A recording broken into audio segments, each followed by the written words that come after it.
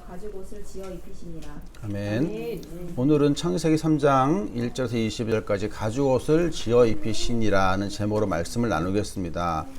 창세기 3장은 인간의 죄와 그 시작에 대해 말해주고 있어요. 그런데 우리가 이 본문뿐만 아니라 창세기를 읽다 보면은, 그리고 또 다른 구약 성경을 읽다 보면 소설이나 동화책이나 수필처럼 생각하고 읽으면 막히는 부분들이 나와요. 잘 이해가 안 된다는 말이죠. 왜냐하면 그 내용을 문자 그대로 해석하고 적용을 하다 보면은 그 심각한 오류에 빠지기 때문에 그렇습니다. 그런 문제들의 대표적인 게 노아의 방주나 성막을 모형으로 만들 때 나와요. 성경에는 치수가 나와 있고 크기도 어렴풋이 나와 있어서 그대로 만들어 보면은 반드시 막힙니다. 왜 그러냐면 성경에서 나오는 노아의 방주를 만드는 방법이나 혹은 그 성막을 만드는 방법들은 사실은 설계도를 써놓은 게 아니에요. 그렇기 때문에 이것을 그대로 따라 하다 보면은 모르는 부분이 나오거나 막히는 부분이 나와요. 그래서 근데 우리는 지금 모형을 보고 있잖아요. 그건 어떻게 만들었냐면 유추해서 만든 거예요. 유추해서. 나머지 부분은 이랬을 것이다 라고 유추해서 만든 거예요. 성경을 읽을 때 창세기나 시편이나 욥기 같은 그런 어떤 시 형식으로 된 글을 읽을 때는 번역된 문자 너머의 것을 보아야 돼요. 히브리어 원어에는 우리가 구약 성경의 많은 부분을 익히 알고 있는 그 부분들이 일반적인 문장 구조로 되어 있지 않아요. 대표적으로 오늘 본문도 그렇지만 아담이 하와를 처음 만났을 때 부르는 그 말 있죠? 뭐였죠? 이는 내 뼈 중에 뼈요 살 중에 살이라. 이것을 남자에게 취하였은즉 뭐라 부른다고요? 여자라 부르리라. 그건 문장이잖아요. 근데 사실은 이게 그냥 평범한 평서체가 아니고 시예요, 시. 그리고 생각해 보세요. 우리가 예를 들어 시 형태로 쓰여진 글들은 잘 이해가 안 되는 경우가 있어요. 예를 들어 시조. 태산이 높다 하되 하늘 뭐 이런 식으로 노래를 불러요. 저는 이거 되게 빨리 불렀는데 이 태산이 높다 하되 이거를 한 1분을 부르는 경우도 있어요. 그 한 구절을 노래로. 말도 어렵지, 노래는 지루하지, 무슨 말인지 모르는 경우, 우리나라 말도 그런 경우가 있더라는 거죠. 하물며 히브리어라는 고대어를 가지고 만든 시예요. 그것을 현대인들이 재해석하는 것은 되게 어려워요. 그리고 그럼 왜 시로 썼냐? 왜 시조 형태로 썼냐? 그 당시엔 글이 없었어요. 그러니까 글은 있었지만 일반인들이 글을 소유하지 못했어요. 그러니까 문맹률이 90% 이상이란 말이에요. 우리나라도 고려시대 때만 해도, 아니 조선시대만 하더라도 문맹률이 높기 때문에 어떻게 했냐면 많은 이야기들이 노래로 전달됐어요. 노래로. 그 노래로 옛날 이야기가 전달돼야만 그나마 형태가 유지되고 온전히 전달될 수 있는 유일한 방식이 노래였던 거예요. 외우기 쉽고 이해하기 쉽고 언제나 부르기 쉽고. 이 창세기도 마찬가지. 창세기 사실은 1장부터 51장 전체가 시예요. 시로 돼 있어요. 그래서 우리가 이것을 제대로 이해하려면 히브리어를 알아야 돼요. 또 이스라엘의 노래도 알아야 돼요. 그래야만 어느 정도 이해가 돼요. 근데 우리 히브리어도 모르죠? 이스라엘 노래도 몰라요. 당연히 이해를 못하는 게 당연한 겁니다. 그래서 여기서 한번 우리 히브리인들의 노래를 한번 들어보고 설교를 계속하고 싶습니다. 잘 들어보세요.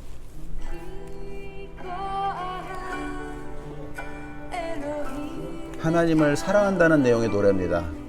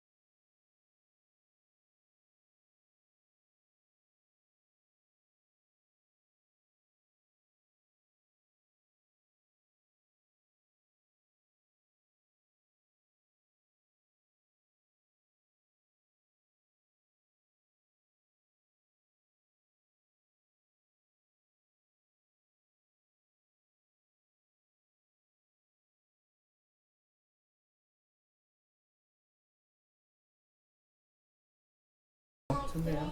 네, 중간에 뭐 엘로힘도 나오고 또 할렐루야도 나오고 이게 다 히브리어예요.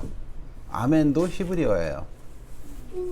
그러니까 이렇듯 히브리어에 곡조를 붙인 게 이 창세기고 시편이고 욥기고 구약의 많은 부분들이 그렇습니다. 그러니까 요거를 이해하지 못하면 왜 이걸 이렇게 썼을까?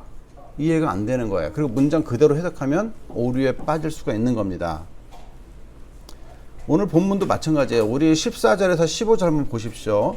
14절에서 15절 보면은 뱀에게 저주를 내리는데 어떤 저주냐면 평생 배로 다니고 살아있는 동안 흙을 먹으라. 이게 저주의 말씀이에요. 그리고 15절에서는 뱀의 후손과 여자의 후손이 서로 물고 죽이는 관계가 될 거라고 말씀합니다.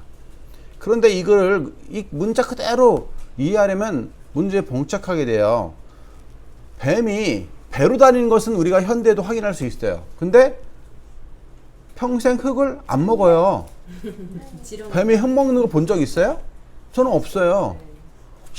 혀를 내리면서 어떤 실수로 흙을 딱 닳을지 몰라도 흙을 안 먹고 살아있는 생물을 잡아먹잖아요. 그것만 해도 벌써 오류잖아요. 그리고 오늘 본문에 사단이란 말 나오나요? 저는 못 발견했는데. 근데 왜 우리는 사단이 하와를 꿰서 선악과를 먹겠다라고 우리는 이야기할까요? 말이 안 되잖아요. 그럼 뱀이 사단이라 그래. 그럼 뱀이 사단인 거는 인용이 되면서 뱀이 흙을 먹는 건 왜 해석을 못 해요? 말이 안 되잖아요. 이것이 바로 성경을 읽을 때 간과해서는 안 되는 것들을 간과해서 이러는 현상들입니다. 성경을 해석하기 위해서는 제일 중요한 게 뭐냐면 성경에 쓰여질 당시의 시대적 배경과 상황을 가장 많이 아는 게 유리해요. 예를 들자면 우리가 뭐 고려시대의 어떤 문장을 이해한다 이럴 때도 고려시대의 사람들이 입는 옷, 사는 집, 구조, 그 다음에 먹는 음식들, 쓰는 말투, 또 집안의 구조, 인구수, 주변의 정세, 사회 구조 등등등을 알면 알수록 그 문장을 더 이해하기 쉽잖아요. 마찬가지예요. 왜 창세기 3장의 글은 이렇게 쓰여졌을까? 알아야 되는 거예요. 아까 말씀드렸다시피 창세기가 쓰여질 당시만 해도 문명률이 높았어요. 그리고 글이라는 것이 한정되어 있었기 때문에 몇몇 사람 외에는 알지 못했어요. 그리고 기록하는 기록에 대한 뭐라고 할까요? 종이류 같은 것도 굉장히 희박했어요. 파피루스 혹은 양가죽 혹은 진흙 토기 기록하는 것도 힘들고 기록할 재료를 구하는 것도 힘들어요. 그러니까 왕이라든가 정말 엄청난 부자가 아니고서는 성경을 가지고 있을 수가 없는 거예요. 그러니까 그런 사람들에게 성경의 내용을 전달하는 유일한 길은 노래를 가르쳐서 노래로 부르게 하는 것밖에는 없었던 거죠. 그러려면 노래로 쓰여지려면 압축해야 돼요, 내용을. 혹은 말들을 긴 말들을 비유적인 표현으로 좀 짧게 만들어야 돼요. 그러다 보면 시적인 표현이 나올 수밖에 없는 거예요. 그때 뱀이 말이야 유혹해도 뱀의 뒤에는 사탄이 있었는데 말이야 이런 식으로 설명할 수 없잖아요. 그러니까 뱀이 유혹했다 이렇게 딱 짧게 하는 거예요.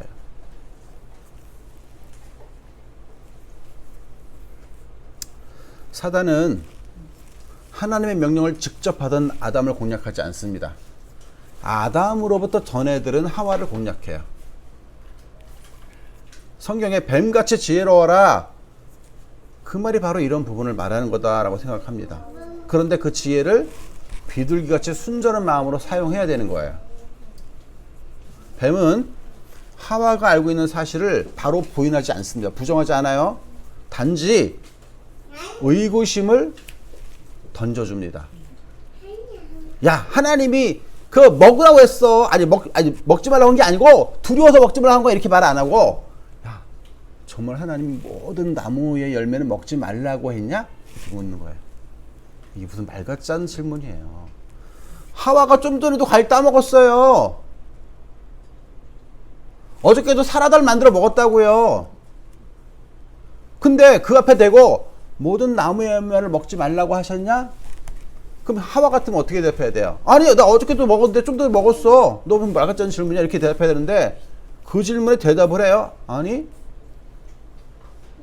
하나님이 모든 나무 열매를 먹는데 저 가운데 있는 나무 열매는 먹지도 말고 만지지도 말라고 하셨어. 하나님 언제 그랬어요? 언제 먹지도 말고 만지도 말라 그랬어요? 하나님 언제? 먹지 말라 그렇게 하셨잖아요. 먹지 말라. 벌써 의구심이 드니까 왜곡하는 거예요. 우리가 가족 간의 관계에서도 나는 별뜻 없이 던진 말이 듣는 상대로 하여금 오해해서 듣게 할 수 있잖아요. 그렇죠? 왜 그렇습니까? 쌓인 거예요. 쌓인 거예요. 그동안. 그 말이 오해가 될 만큼 그 둘과의 관계에서 쌓임이 있었던 거예요. 스트레스가. 그러면 아무렇지도 않은 말 던진 말도 오해해서 들어요. 아, 제가 나한테 무슨 안 좋은 마음이 있구나. 뼈가 있네 말 중에. 하와가 그렇게 생각한 것 같아요. 아, 하나님 뭔가 감춘 게 있나 보다. 하나님은 먹지 말라 딱 단순 명료하게 하셨는데 먹지도 말고 만지지도 말라. 얼마나 억하심정이 느껴지는 말입니까?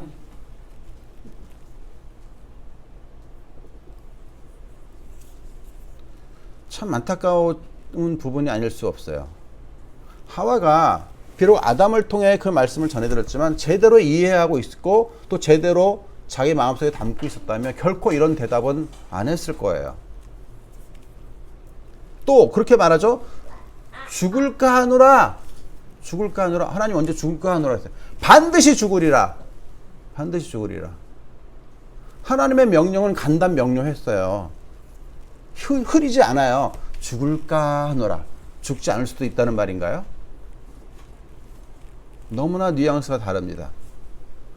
우리가 성경을 읽을 때도 이렇게 제대로 해석하지 않고 적용하지 않으면 이런 오류에 빠질 수 있어요. 우리 역시.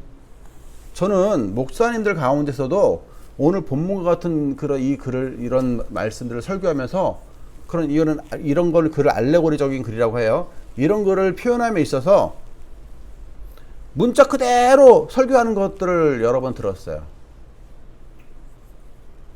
그래서 뱀이 배로 다니고 지금도 흙을 먹어요. 검증되지 않은 말을 해요. 아니에요. 저는 최소한 목회자들은 하나님의 말씀을 제대로 전해야 될 책임감이 있는 사람들이에요. 의무가 있어요. 그러면 제대로 된 해석 방법을 가지고 성경을 해석하고 전달해야죠.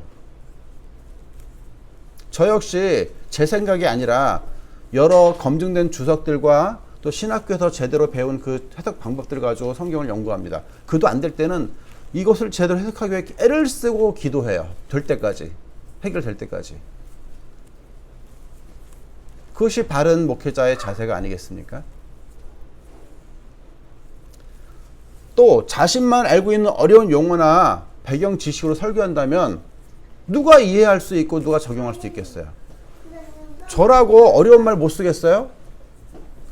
저는 히브리어만 가지고도 설교하라면 할 수 있어요. 라틴어 섞어서 설교할 수 있고요. 어려운 영어, 듣도 보도 못한 영어를 섞어서 설교할 수도 있어요. 그뿐입니까? 막 어려운 한자 영어를 쓰고, 예? 이거는 알레고리적인 표현을 써 의인화와 은유적인 표현법의 점층 기법으로 이런 식으로 제가 설교할 수 있어요. A와 B, A-B 구조의 구조로서 이렇게 하면은 그걸 누가 이해해요?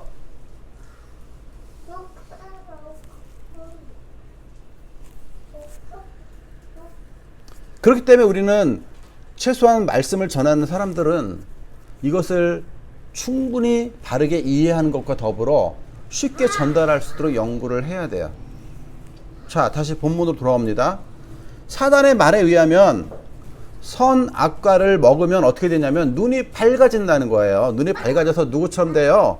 하나님처럼 될까봐 하나님 먹지 못하게 하셨다. 참 한심한 질문이 아닐 수 없어요. 만일 하나님이 정말 그랬다면 그걸 왜 만들어놔요? 안 만들면 되지. 만들어놓고 왜 전전긍긍해요 하나님이? 그런데 그 말들은 하와가 혹해요. 그래? 딱 보니까 먹음직도 하고 보암직도 하고 탐스럽네. 지혜롭게 될 것 같은데 그런 느낌이 드는 거예요. 그리고 먹습니다. 아담도 먹어요. 사단의 말은 반은 진실이고 반은 거짓이에요. 어떤 게 진실이냐? 실제 눈이 밝아졌어요. 그런데 어떻게 밝아졌냐? 자신들의 벗었음을 보는 것이 밝아졌어요. 그럼 무엇을 말하냐면 자신들이 벗었다는 걸 깨닫는 것은 무엇을 말하냐면 부끄럽고 수치스러움을 느꼈다는 거예요. 왜 부끄럽고 왜 수치스러워해요? 하나님의 말씀을 어겼다는 것을 깨달았다는 거예요. 거기에 눈이 밝아진 거예요. 하나님의 말씀을 지키면 선이고 하나님의 말씀을 실제로 자기도 해보니까 눈이 밝아진 거예요. 지식으로만 알고 있다가. 이것은 체험할 필요가 없는 지식이었어요. 기대했던 대로 하나님처럼 지혜롭게 되는 것이 아니라 하나님과의 관계가 끊어지는 눈이 밝아짐의 결과가 일어납니다. 수치스러웠어요. 그래서 무화과 나뭇잎으로 자신들의 수치를 가려보려고 하지만 소용이 없어요. 그래서 숨습니다. 숲에 숨어버려요. 사랑하는 성도 여러분, 죄가 이렇게 무서워요. 죄는요, 명령을 어기는 게 죄입니다. 다른 게 죄가 아니에요. 하나님이 하지 말라 하면 죄예요. 해라 안 하는 게 죄예요. 네 이웃을 네 몸처럼 사랑해라, 사랑 안 하면 죄예요. 부부는 서로 공경해라, 공경하지 않으면 죄예요. 자녀를 노엽게 하지 말라, 자녀를 노엽게 하면 죄예요.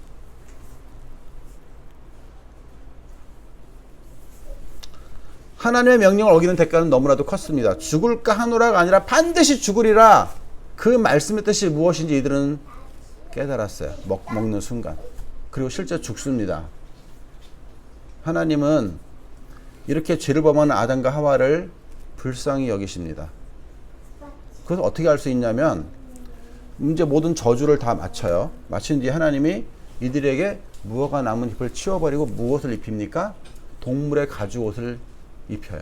그런데 생각해 보세요. 이때만 해도 이들의 먹을거리가 무엇이었어요? 과일밖에 없었어요. 열매. 뿌리도 아니에요. 열매. 그걸로 먹고 충분히 영양분이 조충했다고요. 근데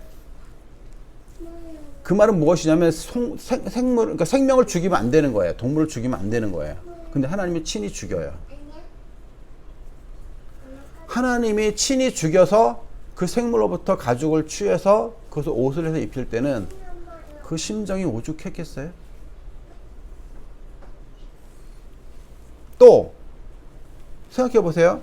하나님이 이제 그 가죽옷을 입히면서 어떤 마음이 들었냐면 얘네들은 이제 쫓아내야 에덴동산. 쫓아내서 다시는 에덴동산에 못 들어오게 합니다. 그 말은 뭐냐면 하나님의 사람을 왜 만들었어요? 교제하려고 만들었어요. 교제하려고. 언제든지 대면에서 보고 이야기도 나누고 먹을 것도 먹고 교제하기 위해 만들었어요. 근데 이 죄가 어떻게 했습니까? 교제 관계를 끊어버리는 거예요. 더 이상 하나님을 만날 수 없어요. 언제든지 부르면 하나님이 나타났는데 이제는 불러도 하나님이 응답을 안 해요. 하나님 마음이 얼마나 아플까요? 우리가 우리의 자녀들을 어떤 이유에 의해서 이제부터 평생 못 보는 거예요. 못 봐요. 전화 연락도 만들어 못하고 편지도 만들어 못해요. 소식을 만들어 못 들어요. 지금부터 그렇게 된다면 어떻게 될까요? 또 어떤 엄마가 사랑하는 아들이 감옥에 갇혔어요. 그럼 이 엄마의 마음은 얼마나 찢어집니까? 그게 하나님 마음일 수 있다는 거예요. 사랑하는 아담과 하와가 죄로부터 자기와의 관계가 끊어졌어요. 영원히. 그 하나님의 심정을 어떻게 표현할 수 있을까요?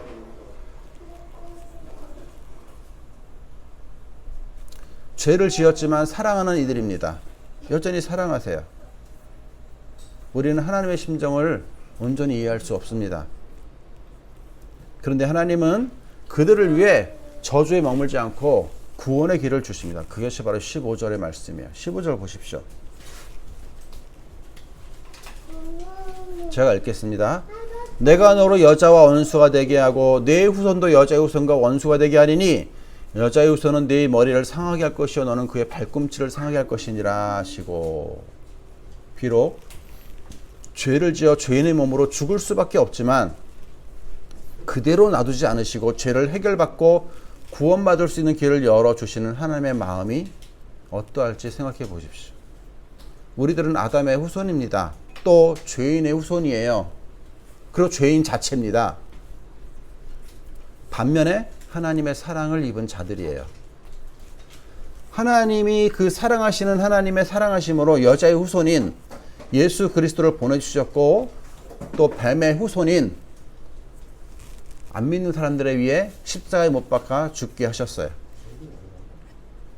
뱀의 후손은 믿지 않는 사람들을 말합니다. 예수님을 십자가에 못 박은 것이 바로 발 뒤꿈치를 상하게 한 거예요. 죄가 없으신 예수님은 3일 만에 부활하셨고 사단의 머리를 상하게 함으로 사단을 영원히 이기셨습니다. 그리고 그 십자가의 보혈을 믿는 우리들에게 구원을 허락하시고 죄의 문제를 깨끗하게 해결해 주셨어요. 할렐루야. 이것이 창세기 3장의 역사입니다. 이것을 노래로 만든 게 오늘 본문이에요. 사랑하는 성도 여러분, 우리가 이런 사랑을 받고 이 자리에 있습니다. 또 예수 그리스도의 십자가 구원을 기념하여 오늘 성찬을 행합니다. 평생 기억하십시오. 그리고 그 사랑 안에서 복을 누리시기를 우리 주 예수 그리스도의 이름으로 축원드립니다. 아멘.